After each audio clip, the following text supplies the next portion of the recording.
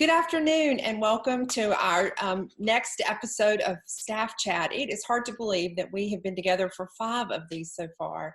We're excited to be with you today. I have this little thing called Chat Pack, and it is a little box of questions that I bought probably 15 years ago when I had some teenagers come into my house for dinner and I was afraid they wouldn't have anything to talk about.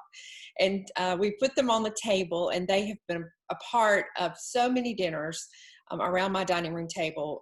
The kids always look for them if they're not out, and I've now used them with friends and family, and they have just brought a lot of conversation and love and laughter into our home.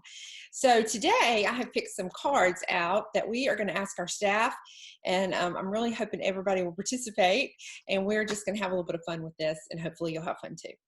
All right, so here's my bowl, and the first question I'm going to ask is, if snow fell in any flavor of ice cream, what flavor would you want that snow to fall? And don't be shy, y'all go right ahead. I have, you can go back. You go. That's fine. I say pineapple sherbet. Wow.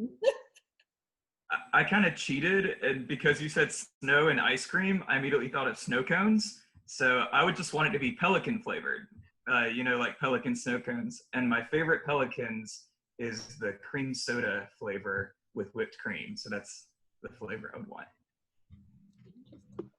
Hey, Becky, Well, just so you know, my granddaughter's making the Dole Whip like they have at Disneyland, the pineapple Dole Whip this afternoon. So if you want to ride up to Wallace, we'll have that this afternoon.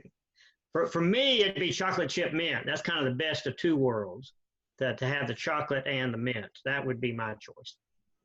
Nice, nice. I'm a chocolate guy too, but I like Breyers chocolate and peanut butter is my favorite. So if snow fell and it was chocolate and peanut butter, that would be the best. I would be happy with just about any Ben & Jerry's Blizzard that happened to come upon us, but salted caramel core would be my absolute favorite. That's fancy. Yeah, I go for the Rocky Road, and I don't even know if you pronounce it Mackinac or not, but Kilwins has this stuff called Mackinac Island Fudge, and it is so good. Their ice cream is like killer. Yeah, I'd really like to see a peanut butter fudge, something like that. It's probably one of my favorite flavors. But more than anything, I'd just love to see a real snow in Wilmington. I was about to say, as someone who's also from the mountains, I would choose vanilla, because to me, the best part of snow is everything just being white, just covered in just this white powder. I also don't like chocolate. Well, I love chocolate, but I have discovered during quarantine blueberry and lavender together, like just a hint of lavender and blueberry. So mine would either be vanilla lavender or blueberry lavender. So I think when everything gets normal, we need to walk down to Kilwins one day after lunch. That'd be fun. All right, do everybody have a chance? All right, let's ask the next question. I have no idea what this is going to be. If you had to describe your personality in terms of any farm animal, which animal would you choose? I'm laughing because John Daniels already said he had a big answer for this one. Well, since you set me up for that one, Jeannie, I guess I'll go ahead and answer it. Obviously, I'm going to be the donkey, and that's all I'm going to say. I'm thinking the farm dog, kind of the one laying under the porch during the heat of the day, but protects the family when there's any threat, welcomes new people onto the farm, kind of rounds up the animals that have strayed away. I think I could see myself doing that. Yeah, I was going to ask if the golden retriever gets to be on the farm or not, but most farms have those. And so, yeah, I think that's me, probably lying around sleeping under a tree most of the time. But yeah, I think that's it. I think mine is probably the mother hen.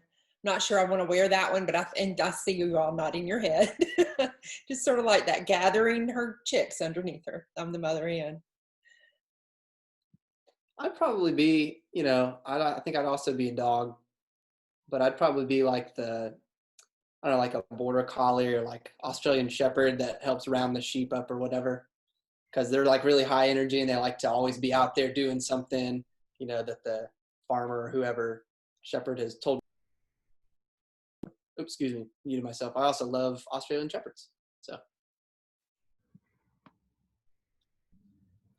I'm probably the farm cat, just sort of off doing my own thing, pondering life, and catching a few mice every now and then. So. My uncles were farmers, and they had a couple of horses, which were they used them to pull. They had this little wagon, even though they had cars and stuff, but they would carry people on rides around in wagons and stuff, and they would take care of those horses and brush them after they got through and treated them like little kings. So they just seemed like they really enjoyed life, and so I think I'd like to be a farm horse. Jane, I really liked yours. I was thinking about being a cat as well, but I ended up with the barn owl instead because I'm very much a night owl. I do not like getting up early in the morning, but also I sometimes can be subdued and quiet, but sometimes when I start hooting, I won't stop. And so it can be kind of intense sometimes too. I don't really know on this one, but I guess I'm going to be the rooster. I guess that I'm going to rule the roost. I don't know. No. But I'm going to say that I like to get up early in contrast to Steven's night owl and like get things going and like keep it, I don't know, just kick it off and get things going. Those are great, y'all. And I can really see that almost to everybody, except maybe John. All right, next question is, got dark in here. Let's do a different one. Okay, forget about babbling brooks and gentle showers. What is your favorite loud sound? What's your favorite loud sound? I think mine is obvious, but I'm going to say it anyway. I love the organ. And so when an organ has all of its stops pulled, it is just the most glorious sound. And when you're sitting in a sanctuary like ours, and you can actually feel the pews rattling because there is so much sound coming your way. Or if you're in a cathedral, or I think of like Campbell's Butler Chapel, where not only do they have pipes in the front, but they have pipes in the back. So they have this surround sound that just envelops you when all the stops are pulled. And I love that.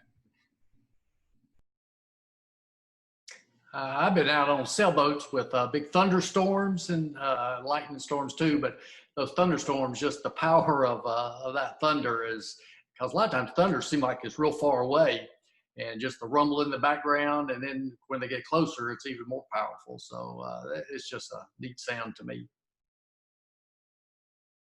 I don't think anybody would be surprised if I said 104,000 people singing Rocky Top all at one time. It's probably my favorite loud sound, especially after a big win. John, mine's similar to that. I thought about, like, I love a concert, but what is that sound that like gives me goosebumps or always makes me tear up? And it's being at NC State right before the game comes out. Everybody's cheering, the music's going, the national anthem's just played, and the fireworks go off, and then they're playing the fight song and the team, and I tear up every single time. I love that. Well, I love Broadway musicals, and so from the overture to the finale, that big swell of the orchestra is probably one of my favorite things. The louder and more passionate, the better. So that would be mine. Yeah, mine used to be the roar of the engines for NASCAR races. Back when it was like good NASCAR racing. But that kind of has gone away. And so now it's the loud noise that my little granddaughter makes when she yells out, "Granddaddy!" And she comes running and grabs hold to me. And man, there is nothing better. I can go with Jim on that. Also, some good loud fireworks. Standing along the river downtown on 4th of July, especially when, there'll be the bright ones and then there's just a boom that just shakes everything. I like that. My favorite is when there's just a big group of kids together, and they are just being so loud because they're so happy to see one another, and they are just talking, and it's chaotic and it's loud, like it is at the start in the Cove every week on Wednesday night, or when we go on a bus and the kids are just loud on the bus. I know some people look at me and are going, so loud, and I'm like, I know, aren't you so glad? Like, because that means they're like so happy to be together and be with one another and in that space, and they feel like they have the freedom to do that. So I love that. Mine's kind of similar. I mean, I just love being in a room of people that are all worshiping the Lord through song together. I remember going to Passion Conference in like 2013 and just hearing, probably for the first time ever, a room of 60,000 people just singing together and worshiping God. It was just awesome.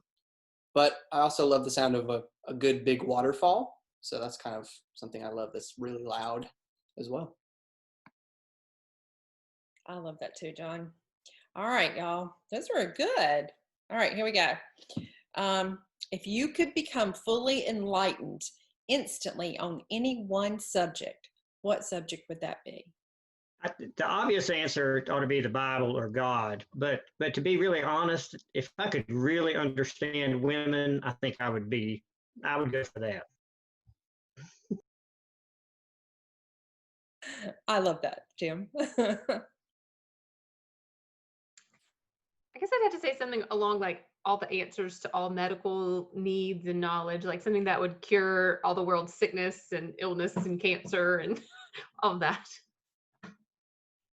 Yeah, that's where I would be as well, Becca. That's what I was thinking. I'd like to have a better understanding of cars. I don't know how to fix anything at all. And so understanding maybe an engine and learn how it works and learn how to fix it or work on it, that would be something I think would be really neat. And plus I'd get big kudos from my son. He would think that was really cool. I have been baking bread, I know, during this time, and I've had it turn out perfect once, and I've made it probably 10 times, and I cannot figure out why it will not turn out perfect. So I would love to have that knowledge of just the maybe even the science behind it and how that works enough that I would know what to do. I love that, Jeannie. The idea of being able to be like a master chef would be awesome. The one that I was trying to think of something, I guess, practical, and so I'm really interested in nuclear physics, and I think it would be so cool if we could solve the fusion problem. Because supposedly, if we get nuclear fusion, then we get clean, sustainable, unlimited energy, and I just think that would solve a lot of the world's problems. I grew up watching Jethro Bodine on the Beverly Hillbillies, and he was going to be a famous boy brain surgeon, I think was what his vocation dreams was. But Connie and I watched these resident shows and The Good Doctor and all those things, and they're getting way too graphic on these operations when they cut people open and actually you look down in the bodies and all that stuff. But just to be able to understand all that stuff and help people in that way, I could snap my fingers and get that 15 years worth of education under my belt and be able to do that and help people and just be able to work on people's bodies would be amazing to me. That'd be fun.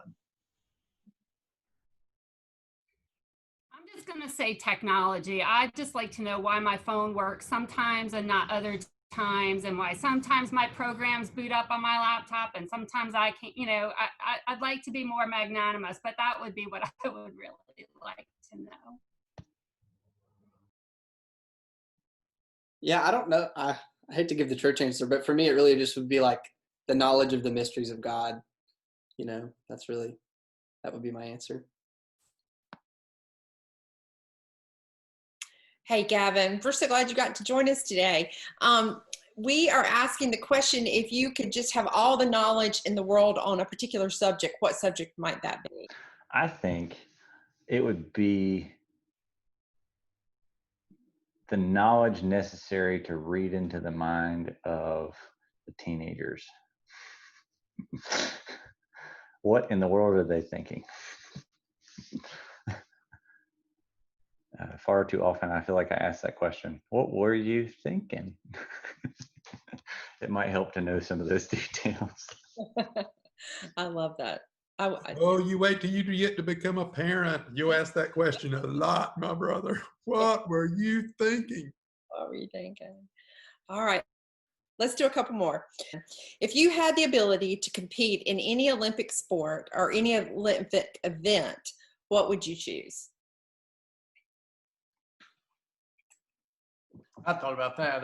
And I guess they still do those high pole vaulting jump things these days. I don't know if I've even seen them in Olympics, but it always amazes me when those guys that are really good, when they get that pole and it bends down and then they do their body and go straight up and then they land in that big old cushion of foam rubber, I guess, or something like that. I mean, that would be cool to be really good at that and not crash and burn too often. I like to compete in curling.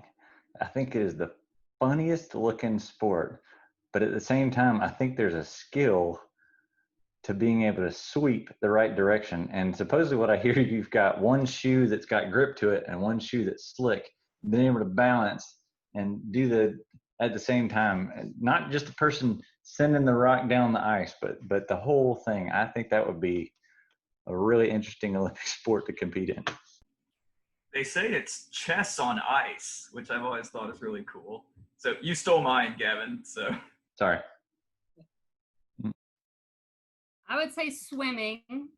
I swam in high school. I was not very good. So if I was on an Olympic team, that would mean that I had become great at swimming. So that would be fun. I love that. And I'm kind of that way with tennis. I played tennis in high school and for a number of years after that. So yeah, to be really outstanding tennis player would be nice. I think I'd go with like that decathlon stuff. And those folks, they just amaze me that they can do all those different things and do them well. And for me, when I start getting tired, I can push on, but those folks that just keep going and keep going and keep going, they amaze me. I wish I could do something like that. I think mine might be gymnastics. I didn't take gymnastics and didn't do gymnastics, but I've had dreams before of doing is it the pommel horse or the one that you run and jump and you do the twirl and on the bar? I think it'd be so cool to be able to do that. I'd like to be on the basketball team, and I think at my age, I would have been a part of the dream team. I think playing with Michael and those guys would have just been a blast. I'm gonna have to go with something like discus, something that I think there's no room for injury. I don't like the risk involved with a lot of sports. Like my one side of me was like, oh, I think I want to do like the luge or something like really risky, but I hate cold and I don't want to be out of control. And I feel like that sport like is both of those completely. And then all those like things where you only get one shot. I'm like, you've practiced this a million times and then you get your one vault, your one start off the block. I'm like, that is just so much pressure for that one moment. Like you've done that a million times perfectly. So I don't know. I'm not cut out for the Olympics is the bottom line, but if I could just like throw at something really good, I don't know, not a lot of personal risk. This should surprise nobody, but now that rock climbing is an official Olympic sport, I would totally love to compete in rock climbing. You're right, John. That does not surprise us. That's really cool, y'all. Okay, how about this? This will be our last question. What is one piece of advice that you wish you could pass along to everyone else? I'd say for me, it would just be, I guess this is a piece of advice. It's really just kind of the beginning of the gospel. I would just tell people like the sooner that you repent from whatever sin is in your life, the better your life is going to be. So I would just encourage people to take that advice and do it. I can be somewhat impatient at times. And so for me, the one bit of advice I would give folks is that eternity is a really long, long time. And when we accept the fact that we're going to be in eternity with God forever and ever and ever, it makes the here and now hopefully be put a little more into perspective. And so just to think about the true limitless of eternity. I think mine is to pass on the word savor. I know y'all have heard me use that word multiple times, but I think I went through such a season of my life. So, I couldn't enjoy the moment I was in because I was already preparing or looking forward or having to do for the next time coming up. And I wish I had savored more. And I have been really trying to do that the past 5 years or so. And savor, you know, with your little kids, with your parents, with your friends, with your coworkers, savor, you know. Jeannie, I was on the very same wavelength. Just to and savor was a word that came to mind. You know, don't get stuck in the past. Don't be looking ahead to the future too much. Today is the only time you get to live today, and just see what God is about today and walk with him. I've kind of clung to, it sounds really dark and pessimistic, but this phrase that you live every day and then eventually you'll be dead. So like, I know that sounds terrible, but I had a friend of mine call me out on that one time, and he's like, you have one life to live and you could die tomorrow. It sounds very pessimistic, but it's going to happen. So what kind of adventure and challenge can you take up that is exciting, that can give you your life meaning and purpose? Because eventually you're going to live these days and then you'll be dead. So, I mean, of course there's eternity by all means. Yes, we keep that in perspective. But for right now, you've got these days. Live them. Do something awesome. Yeah. For me, I was thinking every day is a gift from God. And so find joy in the day, and look for blessing in the day, and try to share that joy with other people. Say, trust in the Lord with all your heart. Lean not on your own understanding. You know, trust in God's perfect timing and perfect plan and perfect, you know, ultimate good for you, and that God wants the best and loves you. And mine's kind of a corollary to that, but I'm sorry, go ahead, Don. Well, you started. Go ahead. I follow you. I was just going to say, mine's sort of the corollary to that. I would say just love people. We don't have to fix people. We don't have to judge people. We don't have to put people in boxes. Just love people. Yeah, I believe God has given us all desires of our heart. And I think if we follow those desires, that we'll be happy and we'll make other people happy that's around us. And I think that's what God wants, people who follow the desires that God himself has put in us. So follow our desires. And mine was similar to the love one another. There's a pastoral care professor at Campbell that would always say that you can never truly love someone until you understand where they're coming from. And so he would remind us that everyone else is the main character in their life, and there's always another side, and they're going to believe the things that they believe just as strongly as you believe the things that you believe. And so we have to empathize, and in order to love one another, in order to have those powerful, important discussions, we have to understand where other people are coming from before we can truly love them. That was great, y'all. Thank you so much for making time today for our staff chat. I've loved our fun questions, but I love that we ended on that one. So we look forward to being with you on our next staff chat, and I hope you guys have a great week. See you later.